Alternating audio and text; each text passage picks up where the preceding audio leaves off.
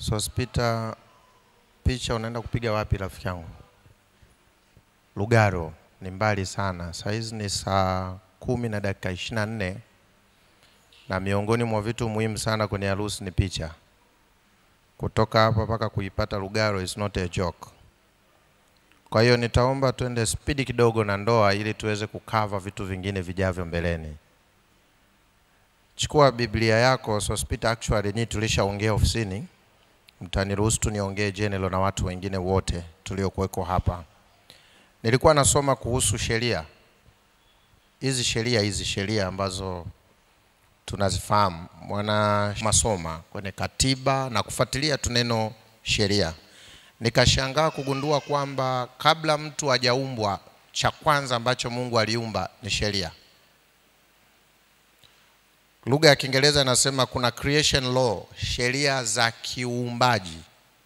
Mfano, jua liko sehemu ambapo limetulia na kinachosababisha jua litulie ni sheria.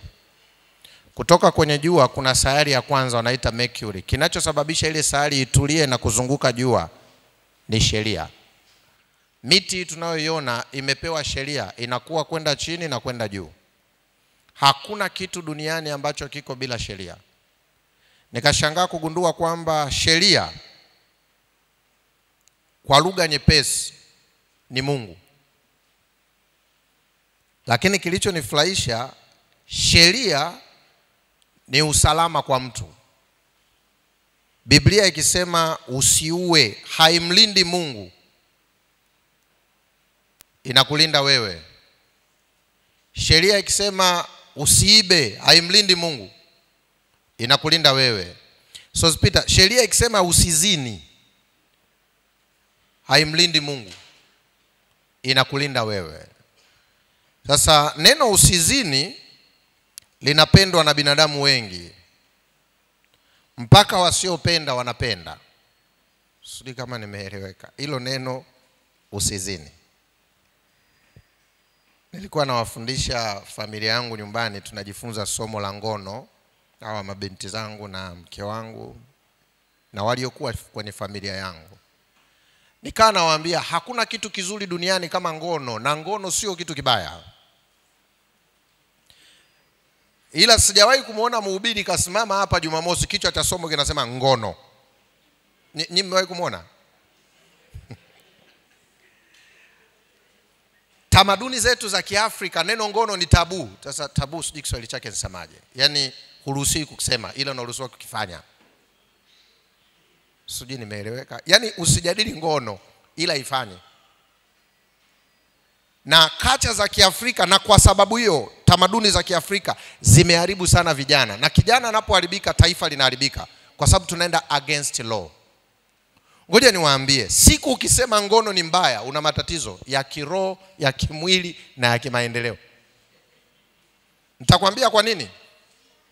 Biblia yangu Mwanzo 1:31 inasema hivi, na kila Mungu alichokiumba alikiona vifaa vya ngono havikuumbwa. Na Biblia inasema kilikuwa. Ukipinga ngono maana yake unampinga Mungu. Na kwa kusema ukweli, haki ya nani Pastor Simba? Mungu fundi. Achana naye. Yule mwamba sijui alidesign vipi, anajijua mwenyewe. Mimi ngoja niachane naye, lakini Mungu ni fundi. Siko kupromote ngono, lakini nenda na mimi vizuri ili unielewe. Hata kwenye ngono Mungu ametoa instruction ambazo tunaita sheria.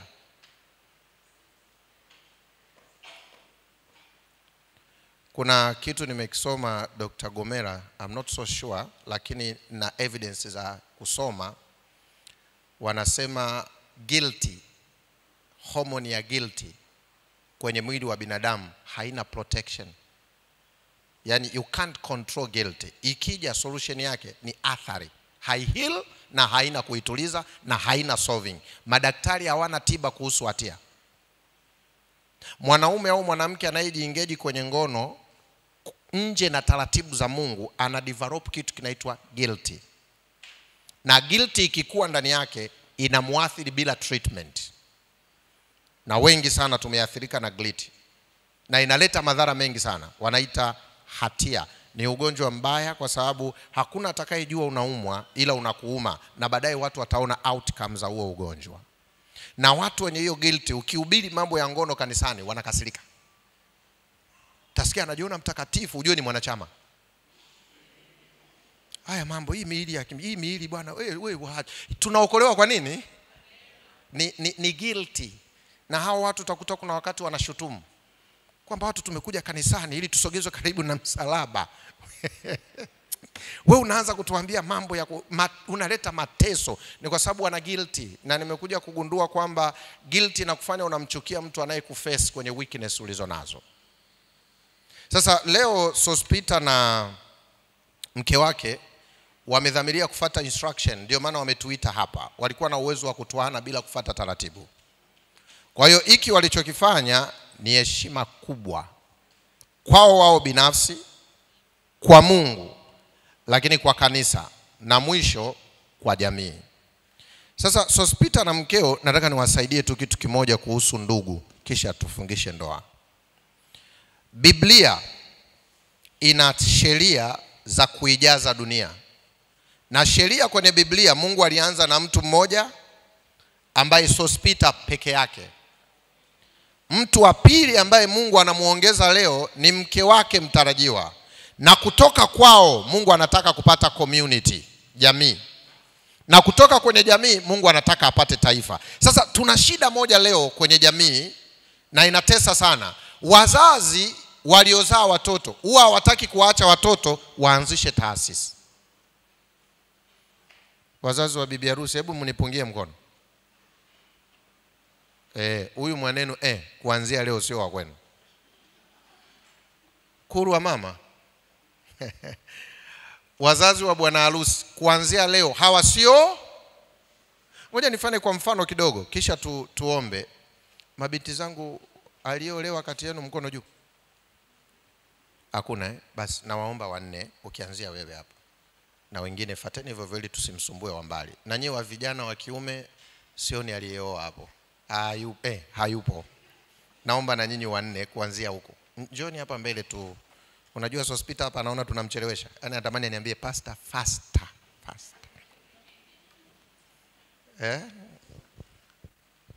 Mmoja akufungua champagne alivunja. Naona wao wananichelewesha. Kama mimi na huko. Liwalo na liwe.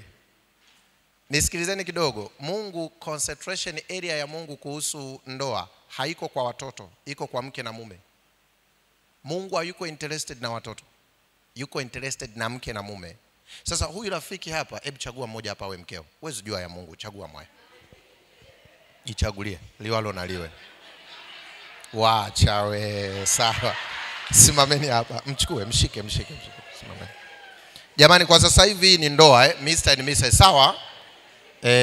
Hapa wengine wanaombea na mimi pastor. Nenda uchague mdogo wangu. Wako watatu, chagua. Ametenda wacha we, njoo hapa binti. Shika mtoto huyo. Shikwa mkono mama, shikwa mkono. Sogeni hapa hivi. Mshike. Uwezi jua utapata fursa lini tena ya kushika namna hiyo. Familia hii imezaa mtoto wao wa kwanza wa kiume. Mungu ikawabariki wakazaa na mtoto wa pili, nenda pale, wa kike. Binti naomba uje hapa. Na familia hii nayo imezaa watoto wawili. Tuko pamoja? Kwenye lugha ya Biblia inaposema atawaacha ataambatana, imetumia maneno mawili ya Kiingereza, diffusion na growing. Diffusion ni muunganiko ambao ukiunganika huwezi kuutenganisha. Mfano moto na karatasi ukivichoma huwezi kuvipata tena. Hiyo inaitwa fused ama fusion. Kwa hiyo muunganiko wa Mr. and Mrs. hawa walioshikana hapa ni muunganiko ambao hakuna kinachoruhusiwa kutenga duniani isipokuwa kifo. Lakini huu muunganiko, mshike mama. Huu muunganiko hapa unaitwa growing, ni kubandika vitu na unaweza kutenganisha. Mfano hiki kibweta hapa mkiniruhusu dakika 10 nyingi na kisambaratisha. Kwa sababu kina gundi na misumari. Hii haitwi fusion, inaitwa growing. Vivyo hivyo upande huo, naomba mshikane afu mtengeneze duara na huku mtengeneze duara. Tengeneza duara. Shika mtoto huyo, mbona unaogopa ogopa? Naomba watoto nyanyueni mikono juu na mama na baba nyanyua mikono juu. Nisikilizeni wanandoa mnaoana na wazazi. Watoto kwenye familia yetu ni temporary, sio permanent.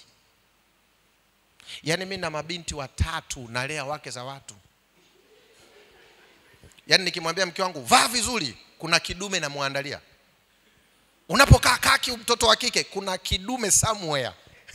Yaani sikijui ni katoto kanani. Sijui ni ka Dr. Gomela aka katoto bado sijui. Ila kila ninachomwambia Christina sio for the sake of I. Si invest kwa mwanangu kwa ajili yangu. Kila instruction ninayoifanya kwa mwanangu sio kwa ajili yangu. Na Mungu haangalii kwa ajili yangu. Mungu anaangalia for the second generation. Mungu anaangalia kizazi kijacho. Sasa nisikilize, shida tulio nayo ni hii. Kijana wa kiume huku, shusheni mikono, mtateseka ila msiachane. Mtoto ni yupi hapo? Toka hapo nawe, chukua mke huku. Usichukue mke wa mtu huku, chukua mtoto. Chukua hapa. Tuone na wewe unachagua wapi. Haleluya. Wacha we, njoo usimame naye hapa. Mmewahi kusoma Biblia na sasa hivi tumelisoma fungu linasema hivi, atakayewaacha wazazi wake mwanamke mwanaume. Atakayewaacha wazazi wake mwanamke mwanaume. Na ndio maana sio salama mwanamke kutoka kwenu kabla hujaolewa. Nyinyi mnaoishi huku mmetoka Loria, mnafanya nini huku? Maana Biblia inasema anayetoka kwao ni nani? Sio mwanamke. Kwa nini? Huyu kijana kabla hajaoa akitoka kwao anakuwa kichwa. Ila akiwa kwa babake hawezi kuwa kichwa, maana kichwa cha familia ni baba. Huyu akitoka kwao anakuwa, huyu binti akitoka kwao anakuwa nini? Kiwiliwili bila kichwa. Na ndio maana mwanamke hapaswi kutoka, maana akitoka kwao ni kiwiliwili, akina kitakufa, kitajigonga, kitaanguka. Ndio maana wasichana wengi leo wanaojitegemea, sio wote maisha yao si salama. Sio wote, ila wengi ambao hawako chini ya wazazi maisha yao sio salama, maana kichwa hana ila ana mwili peke yake. Huyu kijana akitoka kwao, baba yake haruhusiwi kuminstruct chochote, maana ni taasisi inayojitegemea. Huyu kijana akimuoa huyu binti kutoka kwao, huyu binti ni kiwiliwili, sasa ana kichwa. Aliyetoka kwao ni binti, maana kabla binti aliyetoka kwao ni mwanaume, maana binti bado kabla hajaolewa kichwa chake ni baba yake. Ila baba yake binti yake anapoolewa anamkabidhi huyu binti kwa kichwa. Kwa hiyo binti hatoki kwao ila anabadilisha kichwa. Kama umenielewa nipungie mkono. Yani mimi tunavyoongea mzee Burugu hayupo, mimi ndio kichwa cha Shoma. Mimi nilitoka kwetu, Shoma kutoka kwao. Shoma amehama tu position, lakini still yuko kwenye kichwa. Na ndio maana kwenye harusi anayepaswa amtoe mwanamke kwa mwanaume ni mwanaume. Mzee Gomela ndo alipaswa amshike binti leo, afu akimkaribia hospitali amwambie, dogo nimesuffocate kuinvest hapa kwa ajili yako. Sasa from now on your responsibility. Ndio maana binti ukitongozwa, kabla hujakubali hakikisha baba yako mzazi anakaa na hicho kidume kuongea naye, wanakabidhiana majukumu. Lakini siku hizi unatongozewa unakubali unakuja kutulipua bomu nyumbani. Ndio huyu. Tupeni interview na hizo vidume maana mimi ndio nimestruggle na wewe. Mimi ndio na uwezo kumwambia hospitali ukweli, unachukua aina gani ya mke. Maana sinsi mdogo Christina namjua vizuri, najua chakula anachopenda, fujo zake zote nazijua. Halafu wewe kidume usiyemjua unamtongozea uchocholoni, halafu unajikuja kwangu, mimi nataka nimuoe. Kuna wakati unajua unapeleka mali, baba wa mwanamke anakuangalia. Kimoyo anasema huyu ikipita wiki 3 sijui. Maana baba anajua zaidi ya wewe unavyojua kuhusu binti yake. Kwa hiyo anakuangalia na unakuta hata mahali hataji nyingi. Mahali gani? Mtu wa Mungu, wewe angalia tu. Lakini kama mwanaume angekuwa na interview, yani baba yake na mke wangu mzee Burugu angekuwa hai, angekaa na mimi akaniambia, Peter unamhitaji Shoma, unamfahamu? Mimi naanza, mzee yani yule mtoto mimi mguu. Mwanao mguu tu mimi ndo naufahamu. Yule baba ndo anaanza kunipa instruction kuhusu mke nitakayemuoa. kama kacha za Kiafrika tungeielewa Biblia, trust me, ndoa zisingesumbua. Kwa sababu mimi namjua Christina. Nikikaa na mwanaume namwambia kwa ndugu yangu, wewe tulivyoongea utoboi. Yaani tulivyoongea tu hapa hospitali kwa Christina. Kwa hiyo mimi nakushauri endelea na maisha yako. Ila ukingangania karibu wapi? Karibu nyumbani. Lakini siku hizi tunaruka hiyo stage. Lakini kitu kibaya, wazazi hawawaandai watoto wao kuwa wake na waume wazuri. Wanawaandaa watoto wao kwa ajili ya kustafu. Na unakuta wanataka utunzwe, na Biblia imesema tutunze Sabato tu. Tasikia Biblia inasema mtu heshimu. Inasema tuwaheshimu, sio tuwatunze. Wazazi wameanza kukasirika. Tutawatunza, lakini tunasema tu ukweli. Nisikilize vizuri. Hawa wakioana, wewe binti umetoka upande ule upande huu, hakuna wanaokela kama wamama waliowazaa waume. Huyu njoo wewe mama, mke wa huyu yuko wapi? Mke huyu yuko wapi? Njoo tukusute hapa. Mshike huyu. Hivi mama mkwe vikitembelea watoto wao wa kiume vinasahau, vinajua hapa kwao. Nisikilizeni mama wako kuanzia leo. Mama uliyemzaa Sospita, ukija kwenye hii familia sio kwako. Anayeachiwa pesa ya matumizi ni huyu binti hapa. Wewe subiri kitakachotengwa wapi? Usianze mimi siri nakwambia mwanangu alikaa hapa miezi 9. Mnakumbuka sisi tukiwa watoto kwenu, tulipokuwa tunachagua chakula mlikuwa mnatuambiaje? Hapa kwangu utakula kinachopikwa, ukitaka kula vizuri utakula. Na wewe umekuja kwa nani? Hapa kwangu. Ukitaka kula vizuri,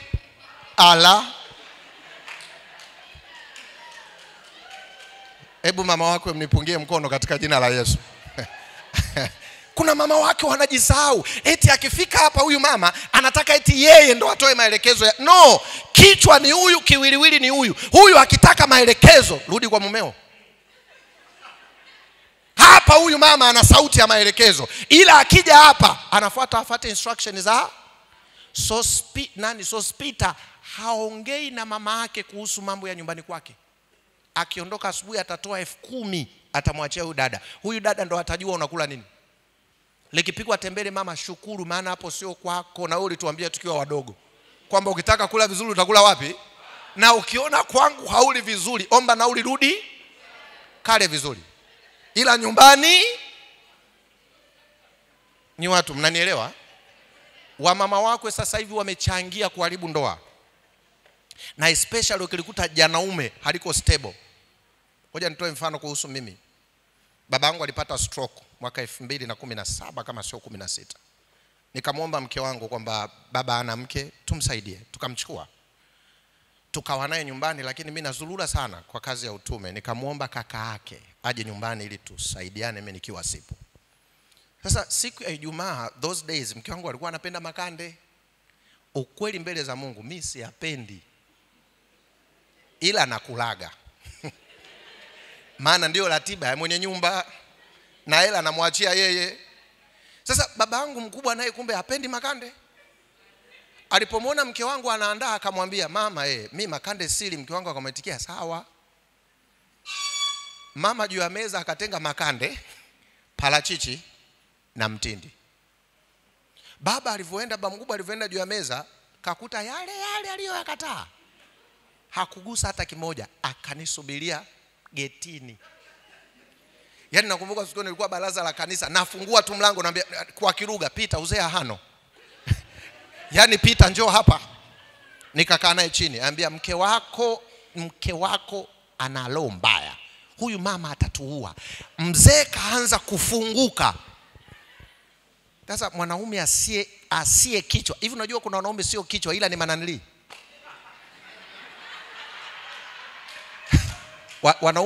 Wanaume mnisamee. Ila kuna wanaume wameacha kuwa kichwa, wamekuwa makalio. Mwanaume asiye na akili timamu akiambiwa hivyo anaamka. We mwanamke, njoo hapa, utaniulia wazazi. No, sikiliza. Akili za kuambiwa we ni kichwa. Sasa mimi kwenye kukua kwangu nimelelewa na watu wengi, na yeye kwake nilikaaga. Kaambia sasa baba mkubwa, hebu tujadili kidogo. Mtoto uliyemzaa akiwa nyumbani akachagua chakula, unamfanyaje? Akawa mkali. Kwangu uchague chakula, unajua pesa zinapopatikana. Kimoyomoyo nikasema mzee, kesi Aisha. Alipomaliza nikamwambia sasa baba mkubwa, unaniona mimi na wewe hapa hapa sio kwetu, sio kwetu. Nilijiweka na yeye. Nilimwambia hapa sio mimi mwenyewe unavyoniona spendi makande. Mke wangu mwenyewe pale unavyomuona best food ni wali maini. Binti yangu huyo hapa chipsi. Binti yangu mwingine hayupo hapa tikiti. Ndio best. Sasa kila mmoja imagine mimi niende kwa mke wangu leo nini makande wali maharage. Maana me that my best food. Mke wangu wali maharage ya nazi. Tina aende mama chipsi. Bella naye tikiti maji kubwa. Yeye mwenyewe hivi anapika vyakula vingapi? Na hiyo pesa anatoa nani? Nikamwambia sikiliza mzee mwenzangu, hata mimi naenda kula kande na sisi fanyeje? Tuamke baba twende. Uwezi amini tukaenda sebleni, tukajaza kande, tukatandika, tukashiba. Mke wangu hakuwahi kujua hichi kisa mpaka mwaka juzi tulikuwa naye kambi Kenya. Wakati nakisimulia ananiambia shost, kumbe ndio yalikuwa makubwa hivi. Nikamwambia yalikuwa makubwa. Nisikilizeni wanaume. Biblia inavyosema ishi kwa akili, sio mkeo, ishi kwa akili na kila mwanamke duniani. Hadi mama yako mzazi, ishi naye kwa hakuna kitu mimi kinaniuma kama nikikuta mwanaume hawezi kusimama kama mwanaume, anaendeshwa. Huyu binti hapa anamwambia mume wake, tujenge nyumba, nitakujibu jioni. Simu. Baba amesema tujenge tusijenge. Eti baba kuna anasema, amesema mjenge wapi? Amesema tujenge Mbagala. Unapaswa ujenge kwanza Rorya. Ili Janome jioni, mpenzi ulisemaje mchana? Ndio limeshapata majibu. Mke wake anamwambia tujenge. Baba akasema. Hivi unajua na mke wako anagundua siko kwenye kichwa Unafahamu kwamba mwanaume kuna wakati mwanamke anakuzalau bila kujua umezalauliwa. Na unajua makucha mwanamke azalau hayaanzi wakati anakuzalau. Yanaanza kabla hujajua unazalauliwa. Kuna kitu nilisoma Dr. Gomela niliogopa. Ukimwambia mkeo hivi, niamshe saa 12, akikuamsha hata kama una kwa kwenda amka. Ukimwambia saa 12 utaniamsha saa 1. Mama anasubiri saa 1 tena. Dokta, saa 1. Mke wangu achana nayo. Akili ya mwanamke anaanza kukuzalau. Siku ukimwambia sweetie 10 alfajiri niamshe, moyoni unasikia mdomo anakuambia haya, lakini mdomoni umezalauliwa hujazalauliwa. Ukimwambia mkeo nakwambia nataka nijenge nyumba kali mpaka wewe unakuja kugundua umezalauliwa, tayari alishaanza zamani sana. Na wapi anaanza? Katika hizi minor. Kama ngoja nikwambie, mkeo akikuuliza leo unataka kula nini, usianze wewe ndo mwanamke. Huo ni ujinga. Unapoteza authority. Mkeo akikuuliza leo unataka kula nini, taja unachotaka kula.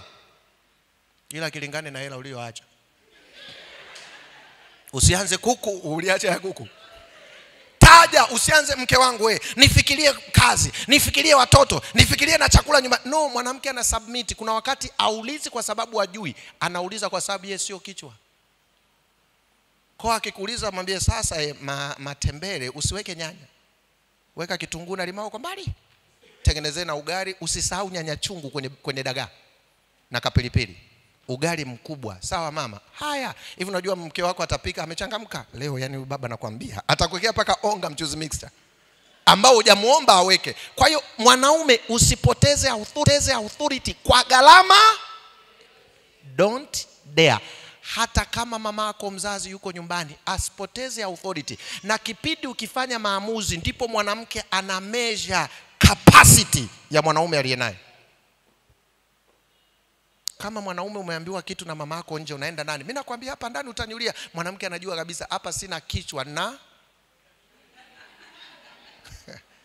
wa mwisho. Nimesema saa 11 waondoke. Wifi ni nani kati yenu? Dada yake na huyu mwanaume njoo. Wengine wanaokela mawifi.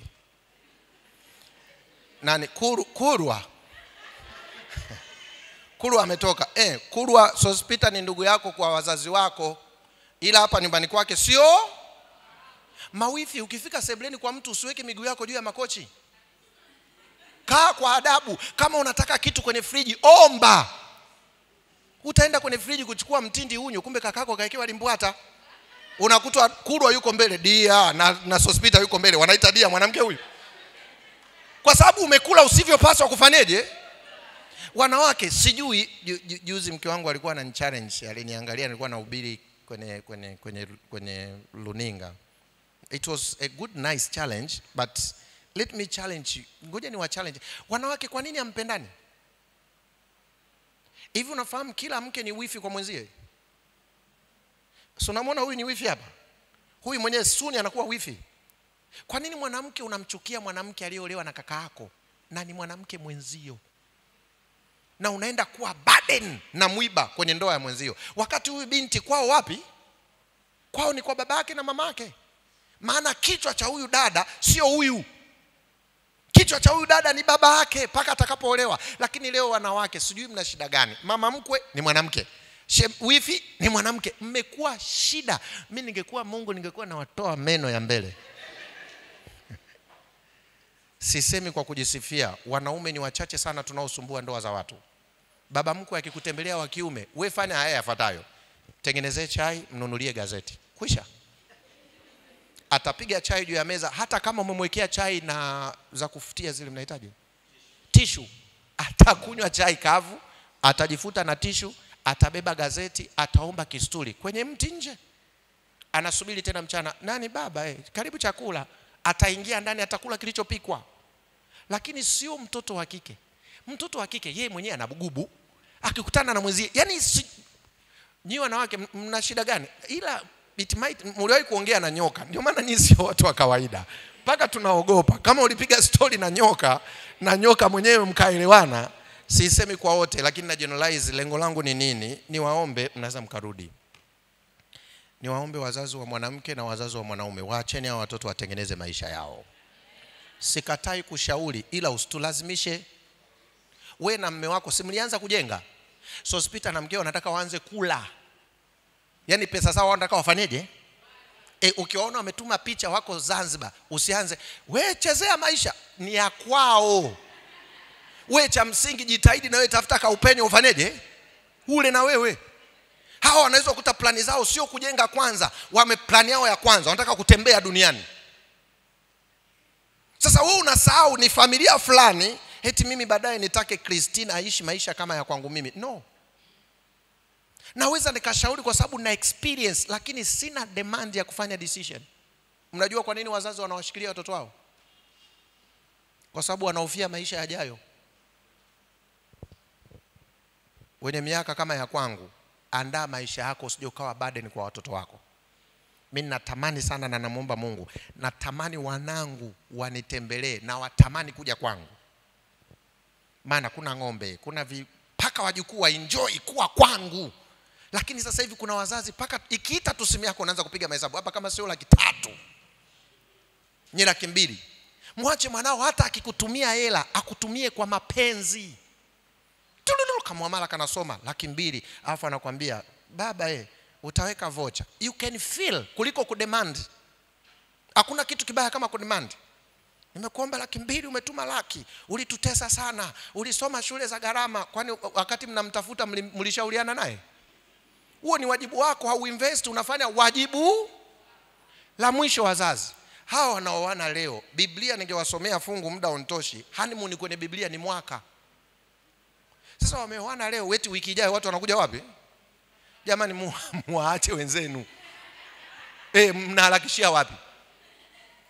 Tulieni kidogo. La mwisho, ila sio kwa umuhimu, waacheni waanze maisha yao peke yao. Maana hapo kama naona kuna mtu anapanga hospitali anaoa mdogo wako huyu, asome huku upande wa binti. Wadogo wako wangapi? Jamani, samahanini, kuna wakati mwanzoni mwa ndoa kuna mambo nataka umfanyie mkeo, wakiwepo watu wengi nyumbani ufanyi. Unaingia jikoni unataka umnase kibao cha makalio mkeo, unataka tu ndio unataka unaso, unasikia mjomba, unabaki hebu muache hawa vijana waenjoy nini? Sospita, nikuombe usimame mdogo wangu. Hawa wako kama hawajanielewa leo, sijui watanielewa lini tena. Na wakiwasumbua mniambie, na wamudu. Si ni hao hapo? Na wamudu. Wewe wakikusumbueni mniambie. Sospita, kanisa la Waadventista wa Sabato ni kanisa zuri, ila ndilo kanisa pekee duniani ambalo halina ndoa kuachana. Nikuulize Osore, niombe bibi harusi pia usimame. Kati yenu huko mnayenisikiliza, yupo aliyoahidiwa na Sospita na leo anashangaa olewi na anapingamizi? Nyosha mkono. Sospita, usiogope baba, ndo sheria hizi. Basi na anyamaze. Yuko ambaye aliahidiwa na huyu binti na anashangaa binti anaongolewa na Sospita? Kama yupo, tafadhali nyosha mkono tusikie pingamizi lako. Hayupo. Basi wanyamaze. Sospita, ukioa hakuna kuachana, cha kwanza. Cha pili, unaoa kwa ridhaa yako ama umeshawishiwa? Na kama umeshawishiwa, huu ndio wakati mwafaka wa kugairisha, maana hakuna kipindi kingine cha kuhairisha. Hebu niambie, tuendelee tusiendelee? Tuendelee. Wacha we. Tuendelee. Bibi harusi tafadhali. Tuendelee mama, au umeona tu kwamba tusubiri kidogo? Tuendelee. Wacha. Haya. Sospita, nifatishe. Ninashuhudia kweli kwamba sijui pingamizi lolote dhidi ya mimi Joseph Sospita Masamaki kuunganishwa katika ndoa na Husna Adam Mkama. Umemzaa wewe? Majina yote. Bibi harusi, nashuhudia kweli kwamba sijui pingamizi lolote dhidi ya mimi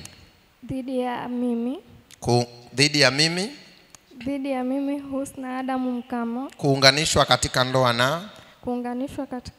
na Joseph Sospita Masamaki. Joseph, kati ya majibu haya mawili unajibu moja. La kwanza ndio nakubali, la pili hapana sikubali. Chagua moja kati ya hayo. Je, unamkubali mwanamke huyu kuwa mke wako uliyemuoa kihalali na kuishi naye katika hali takatifu ya ndoa kama ilivyoamriwa na Mungu? Je, utampenda na kumfariji na kumheshimu na kumtunza katika ugonjwa na katika afya na kuacha wengine wote ukidumu na yeye tu siku zote mtakazoishi?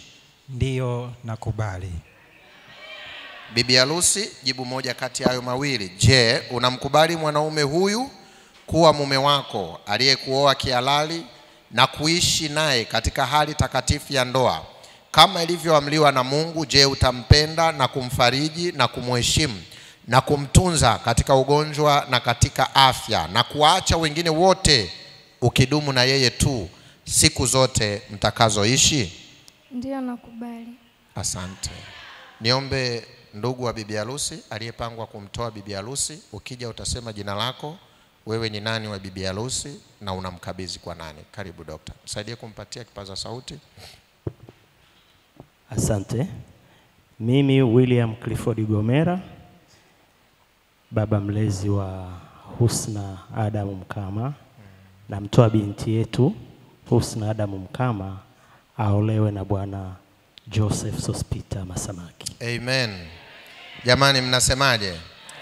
Sospita, kwenye Biblia kuna mwanaume alifanywa hila. Aliambiwa atamuoa Raheli akapewa Lea na walimpa pombe usiku. Sasa tusaidie kujua ni yeye, sio kama unapewa na wewe. Hebu sogea hapo umuone yeye au sio yeye tafadhali. Tembea taratibu kama unaenda shamba na wewe.